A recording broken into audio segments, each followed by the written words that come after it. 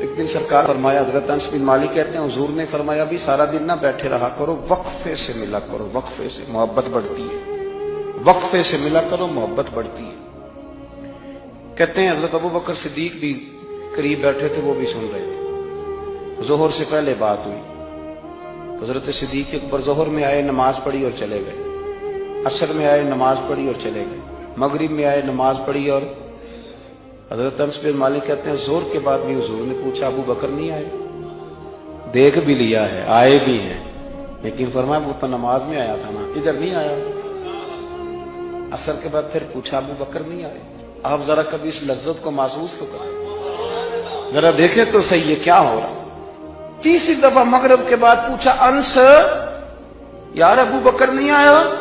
تو حضرت انس بن مالک کہتے ہیں میں خادم تھا، قریب رہتا تو میں دوڑا گیا ابو بکر کے دروازے پہ دستک دی، میں نے کہا کیا کرتے ہو؟ حضور نے 3 دفعہ پوچھ لیا، آئے نہیں؟ کہتے صدیق اکبر دوڑے آئے، حاضر خدمت ہوئی، حضور حکم ہو۔ کہا یار تو سارا دن میرے پاس بیٹھا ہی نہیں، تو آیا ہی نہیں، تو نظر ہی نہیں آیا۔ عرض کی حضور آپ نے تو فرمایا تھا وقفے سے ملا کرو محبت بڑھتی ہے۔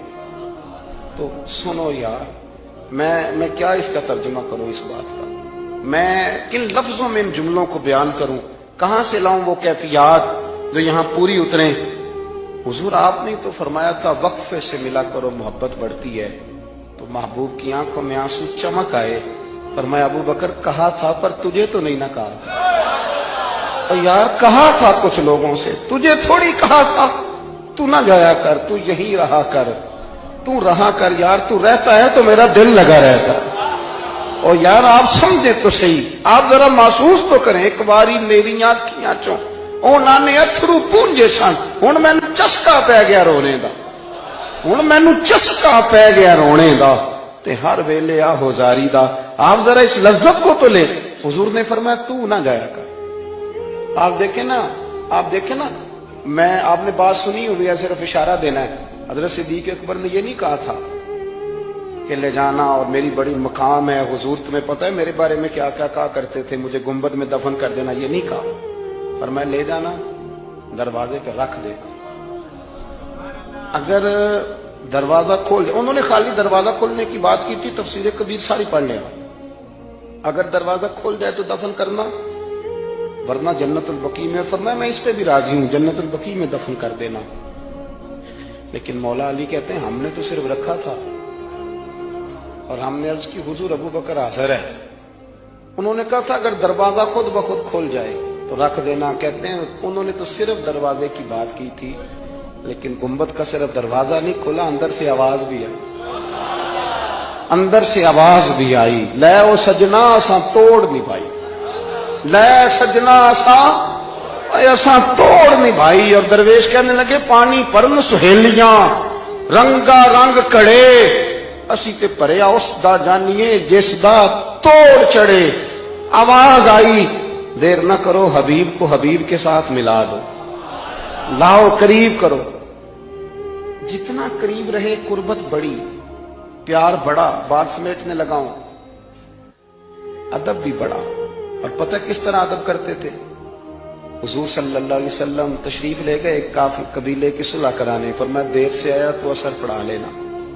صحابہ کو پتا تھا کہ جب حضور نہیں ہوں گے تو جماعت کون کرائے گا۔ حضرت بلال نے اقامت پڑھی، صدیق اکبر نماز پڑھانے لگے، حضور تشریف لے آئے، لوگوں نے ہاتھ پہ ہاتھ مار کے حضرت صدیق کو بتایا کہ آ گئے ہیں حضور۔ اللہ کے محبوب کے لیے رستہ بن گیا، نماز کے بیچ میں رستہ بن گیا۔ صفیں توڑ رہے ہیں صحابہ، حضور کو رستہ دے رہے ہیں، صفیں ٹوٹتی رہی پر نماز کسی کی بھی نہیں ٹوٹی، صفیں ٹوٹتی رہی نماز نہیں ٹوٹی۔ حضور پہلی صف میں پہنچ گئے تو جناب صدیق اکبر نے ایک قدم پیچھے ہٹایا۔ ہم نے سنا ساری زندگی یہی ہے کہ حکم آ جائے تو وہ ادب پر فوقیت رکھتا ہے۔ ایک قدم حضرت صدیق اکبر نے پیچھے ہٹایا تو حضور نے فرمایا ابو بکر نماز پڑھاؤ۔ انہوں نے ایک اور پیچھے ہٹایا، ابو بکر نماز پڑھاؤ۔ تیسری دفعہ نا حضور نے پھر حکم دیا تو وہ پچھلی صف میں آ گئے۔ وہ دور بیٹھے تھے خواجہ غلام فرید، وہ کوٹ مٹھن میں، کہنے لگے نماز پڑھا کہ میں تین وال ویکھاں، نماز پڑھا کہ میں تین وال ویکھاں، مینوں کعبہ بھول گیا، بھول گئیاں نی سب سوم صلاتاں اکو یار دا فکر پہ آئی نماز پڑھا کہ میں تیں ول دیکھا اور اقبال کہنے لگے اذان تو ازل سے تیرے عشق کا ترانہ بنو اور یہ نماز تو اس کے نظارے کا ایک بہانہ بنو نماز پڑھا کہ میں تیں ول دیکھا انتقابہ بھول گیا نبی پاک صلی اللہ علیہ وسلم اگلی صف میں کھڑے ہوئے مصلی پہ جماعت کرائی نماز کے بعد حضور نے نا مسکرا کے پوچھا ابو بکر میں نے 3 دفعہ کہا تھا کیوں نہیں نماز پڑھائی پھر بھی لفظ کوئی نہیں جملہ کوئی نہیں اتحیات کی حالت میں بیٹھے تھے تو ہاتھ باندھ دیا کیا جملے کہے کیا شان ہے کہنے لگے حضور اب ابو قحافہ کے بیٹے کی اتنی جرت بھی نہیں کہ مدینے والے رسول کو جماعت کرائے اتنا